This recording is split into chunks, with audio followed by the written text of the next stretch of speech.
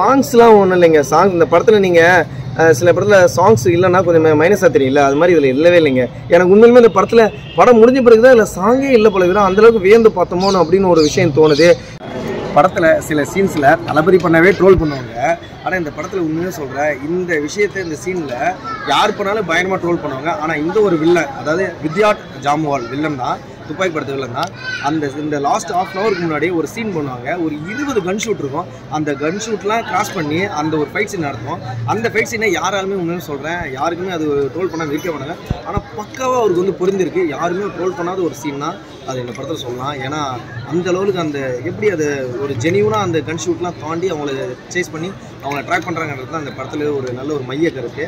நல்ல ஒரு ½ an hour முன்னாடி நல்ல ஒரு இன்ட்ரெஸ்டிங்காக மதராசி. இந்த படத்தில் வந்து பார்த்திங்கன்னா ஒரு நீண்ட நாளுக்கு அப்புறம் ஏஆர் முருகதாஸ் ஒரு கால் எடுத்து வச்சிருக்காரு. ரொம்ப நாளுக்கு அப்புறம் கால் எடுத்து வச்சிருக்காரு. சக்ஸஸ் ஆயிருக்கான்னு கேட்டால் என்னை பொறுத்தவரைக்கும் கண்டிப்பாக சக்ஸஸ் ஆயிருக்கீங்க. ஒரு துப்பாக்கி அப்புறம் ஒரு கத்தி, அதுக்கப்புறம் ஒரு நீண்ட நாள் பயணக்கு அப்புறம் இந்த மதராசி படத்தை எஸ்கே வச்சு கொண்டு போனது நல்ல ஒரு ஃப்ரேமு. உண்மையிலுமே ஏஆர் முருகதாஸ் யாரெல்லாம் வச்சு எடுத்தாலோ நல்லா இருக்கும்ன்றதை அந்த படத்தில் ஃபுல்ஃபில் பண்ணியிருக்காங்கன்னு கேட்டால் கண்டிப்பாக பண்ணியிருக்காரு. ஏன்னா ஒவ்வொரு ஃப்ரேமுமே சூப்பராக இருக்குது. நிறைய பேர் ஆடியன்ஸ் வந்து பார்த்துட்டு ஃபர்ஸ்ட் ஹாப்பில் பார்த்துட்டு ஒரு லேகர் சீன்ஸ்லாம் பார்த்துருப்பாங்க. ஆனால் நானும் ஆரம்பத்தில் அந்த மாதிரி தான் பார்த்தேன். அந்த படத்தில் ஃபர்ஸ்ட் ஹாப் மட்டும் கொஞ்சம் அந்த லவ் சீன்ஸ்லாம் போகும்போது கொஞ்சம் லேக் அடிக்கிற மாதிரி இருக்கும். ஆனால் அதெல்லாம் கான்செப்டில் இருக்குது. கொண்டு போகிறதுனால தான் அந்த படத்தை அந்த மாதிரி ஃப்ரேம் கொடுத்துருக்காங்க. சூப்பராக ஃப்ரேம் கொடுத்து போயிருக்காங்க. எஸ்கேக்கு ஒரு அமரனுக்கு அப்புறம் ஒரு நல்ல ஒரு வெற்றி படம் சொல்லலாம். கண்டிப்பாக முருகதாஸ், அனிருத், எஸ்கே 3 பேர் வச்சு ஒரு நல்ல காம்போ நல்லா பர்ஃபெக்டாக பண்ணியிருக்காங்க. அந்தந்த இடத்துல ஃபைட் சீன் வரும்போது சரி, ஒரு பீஜிங் வரும்போது சரி, நல்ல ஒரு மியூசிக்கில் ஒரு கூஸ் பம்ப்ஸ் இருக்குன்னா அது அனிருத் மியூசிக் சொல்லலாம். செம்மையாக இருந்துச்சு. அதேமாரி ஒரு ஃபர்ஸ்ட் ஹாப்பை தாண்டும் போது ஒரு அந்த ஹீரோனிக்கெலாம் நல்ல ரோல் கொடுத்துருக்காங்க. படம் அவங்களாலையும் கொஞ்சம் மூவ் ஆகுது, நல்லா இருக்குது. ஜென்ரல் ஆடியன்ஸும் சரி, எஸ்கே ஃபேன்ஸுக்கும் ஒரு நல்ல ஒரு தீனியும் சொல்ல அந்த படம். ஓகேவா? அதேமாரி இந்த படத்தில் கேரக்டர்லாம் செம்மையாக கொடுத்துருக்காங்க. அதிக கேரக்டர்லாம் கிடையாதுங்க, நசலாம் ஹீரோனி. அதுக்கப்புறம் வந்து பார்த்தீங்கன்னா எஸ்கே ஒரு அப்பா அம்மாலாம் காட்டுறாங்க. அது ஃபஸ்ட்டு ஒரு 50 மினிட்ஸ் மட்டும் அப்படியே மூவ் ஆகிடுது. அதுக்கப்புறம் வந்து ஹீரோனி, அதுக்கப்புறம் எஸ்கே, அதுக்கப்புறம் 2 வில்லன், அது என்ஐஏ ஆஃபீஸரு. இவங்களை 5 பேரை வச்சு அந்த கதையில் கொண்டு போகும்போது உண்மையுமே அந்த ஹீரோனியும் சொல்ல போனால் அப்படியே அவனுக்கு எஸ்கேவுக்கு நல்ல ஒரு கோவங்கள் கொடுக்கும்போது ஃப்ரேமில் செம்மையாக இருக்குது. அதை பார்க்கும்போதெல்லாம் ஒரு கூஸ் பம்ப்ஸாக இருக்குது. எஸ்கேக்கு அமரனுக்கு அப்புறம் ஒரு நல்ல ஒரு கூஸ் பம்ப்ஸ் மூவினா அது சொல்லலாம். இந்த படத்தில் மெயினான விஷயம் 3 பாயிண்ட் வாரி சாப்பிட்ருக்கீங்க. என்னன்னு பார்த்தீங்கன்னா, இந்த படத்தோட முக்கியமான ரோலே வந்து பார்த்தீங்கன்னா ஸ்டென்ட்டு. அதுக்கப்புறம் வந்து துப்பாக்கி படத்தை வில்லனை தூக்கி போட்டது ஒரு பெரிய மைனஸு. அதுக்கப்புறம் வந்து பார்த்தீங்கன்னா செகண்ட் ஹாஃபுங்க.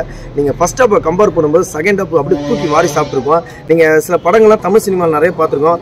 ஃபர்ஸ்ட் ஹாப் வந்து ஒரு லாக் ஆகினே இருக்கும். டக்குன்னு வந்து பார்த்தீங்கன்னா ஜெயிலர் மூவிலாம் ஃபர்ஸ்ட் ஹாப்லாம் வந்து அந்த மாதிரி இருக்காது, எதிர்பார்த்த மாதிரி இருக்காது. டக்குன்னு செகண்ட் ஹாஃப் வந்தோடனே அப்பா தலைவருக்கு இப்படி ஒரு ரோல் அப்படின்னு நினைப்போம். பார்த்தீங்கன்னா அந்த மாதிரி இந்த படத்தில் கொடுத்துருக்காங்க. ஏன்னா ஸ்டென்ட்லாம் பயங்கரமான சீன்ஸு. துப்பாக்கியில் ஸ்டென்ட்டை வாரி சாப்பிட்ருக்குன்னு சொன்னால் அந்த படத்தில் செம்மையாக வாரி சாப்பிட்ருக்கீங்க. அவ்வளோ பர்ஃபெக்டாக இருந்தது. உண்மையிலே வில்லனை லாஸ்ட் ½ hour நீங்கள் கண் எடுக்காமல் பார்க்கலாம். ஏன்னா அந்த லாஸ்ட் ½ hour வந்து பார்த்தீங்கன்னா அந்த வில்லனோட கம்பேக் இருக்குது பார்த்தீங்களா, உண்மையிலுமே நான் எதிர்பார்க்கவே இல்லை. ஆள் எங்கே எஸ்கேப் ஆகிட்டான்னு நினச்சா ஆனால் ஹாஸ்பிட்டலே இருந்து அந்த விஷயம் நீங்கள் ஸ்க்ரீனில் பார்க்கும்போது உங்களுக்கு பெஸ்ட்டாக இருக்குங்க.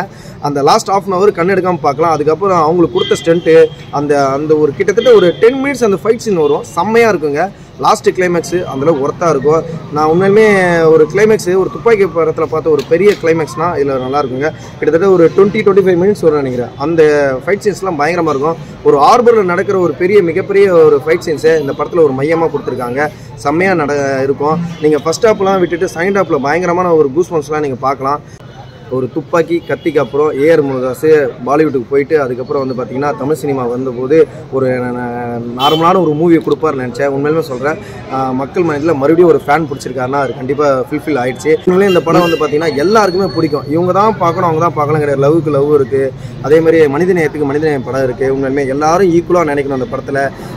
இவங்க நம்ம ரிலேட்டிவ், இவங்கள தான் காப்பாற்றணும் அப்படின்னு ஒரு விஷயம் கிடையாது. எல்லாருமே ஒரு ரிலேட்டிவாக நினைக்கணும், எல்லாருமே வந்து ஒரு மனிதநேயத்தை ஹெல்ப் பண்ணணும்னு அந்த படத்தில் கொடுத்துருக்காரு. உண்மையிலுமே இந்த படத்தில் படம் முழுக்க உங்கள் எல்லாருக்குமே ஸ்டண்ட்டு, கத்தி, சூட்டு அந்த மாதிரி இருக்கணும்னு தெரியும். ஆனால் ஆழ்ந்து நீங்கள் பார்த்தீங்கன்னா உண்மையிலுமே அந்த படத்தில் ஒரு மனிதநேயத்தை பற்றி ஏஆர் முருகதாஸ் கண்டிப்பாக கொடுத்துருக்காரு. எல்லா படங்கள்லையுமே ஒரு மெசேஜ் கொடுப்பாரு. அதேமாதிரி இந்த மதராசி படத்தில் மெசேஜ் கொடுத்துருக்காரு. ஸோ ஃபேமிலிக்கான மூவி நல்லா வந்து பார்க்கலாம். ஓகே, நன்றி.